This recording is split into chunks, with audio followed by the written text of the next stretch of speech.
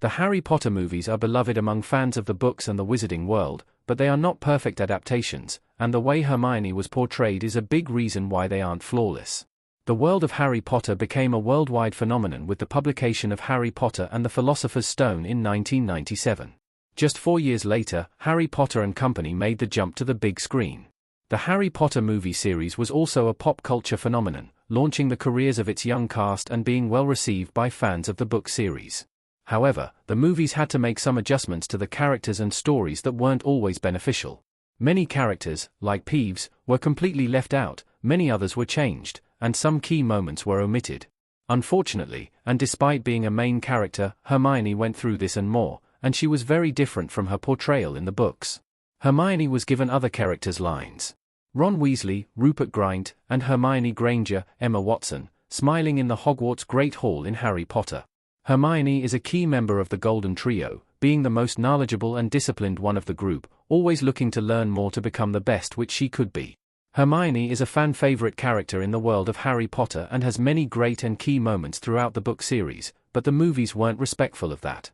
A big problem with Hermione's version in the movies is that many, and some of them quite memorable, of her lines were actually from other characters in the books. Some of the most notable examples are the explanation of what a mudblood is in Chamber of Secrets, which, in the books, belongs to Ron. In that same movie, Hermione says that fear of a name only increases fear of the thing itself, a line originally said by Dumbledore. In the Prisoner of Azkaban movie, Hermione stands in front of Harry telling Sirius Black that, if he wants to kill Harry, he will have to kill them too, which is something Ron says in the book. The Harry Potter movies made Hermione too compatible with Harry. Harry and Hermione about to dance in Harry Potter and the Deathly Hallows Part 1.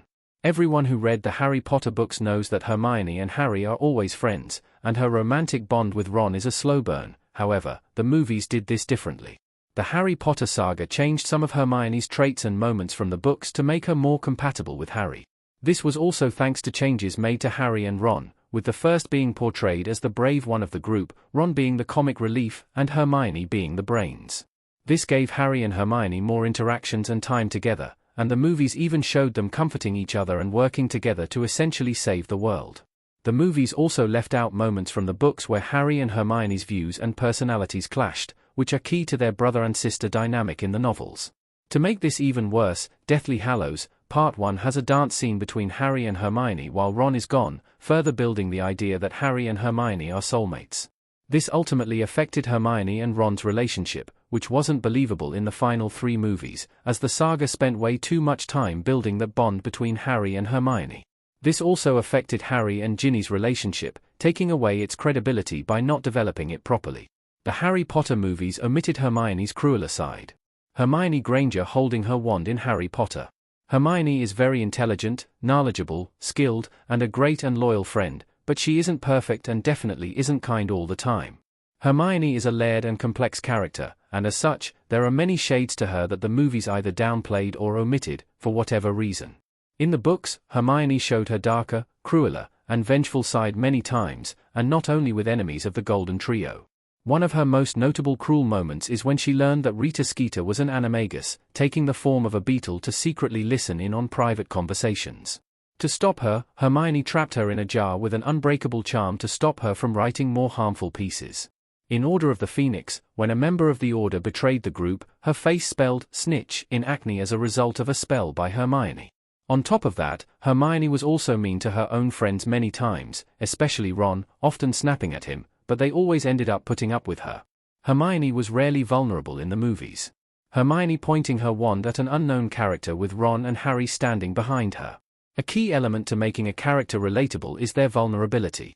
The Harry Potter books got that right with their main characters, and they brought that vulnerability to the big screen with Harry and Ron, with some flaws, but not with Hermione.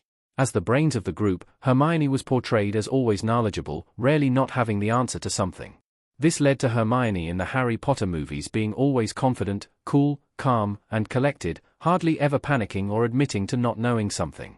While there's nothing wrong with a confident female character, especially one aimed at a young audience, Hermione in the books had many moments of vulnerability that, ultimately, made her a stronger character. In the movies, however, Hermione didn't show vulnerability even in critical moments where, in the books, she definitely didn't stay calm and focused on being a capable and skilled witch. Although some moments were kept, like Bellatrix Lestrange attacking her in Deathly Hallows, Part 1, the movies downplayed their effect and impact on Hermione. Hermione was portrayed as a flawless character.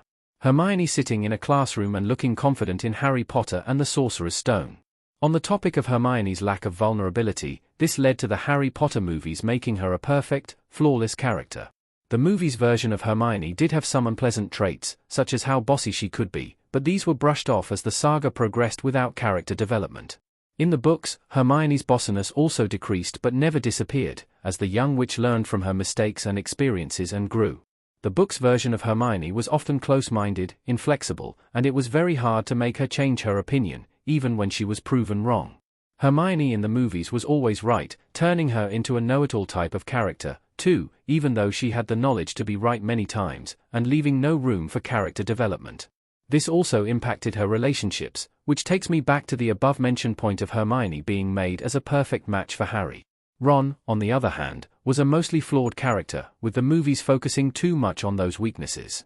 This further made it hard to believe that Hermione and Ron end up together in the movies, as there's no development in both parts that could lead them to find a good balance together, while this is well explored in the books.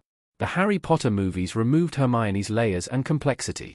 Emma Watson as Hermione Granger in Harry Potter copy.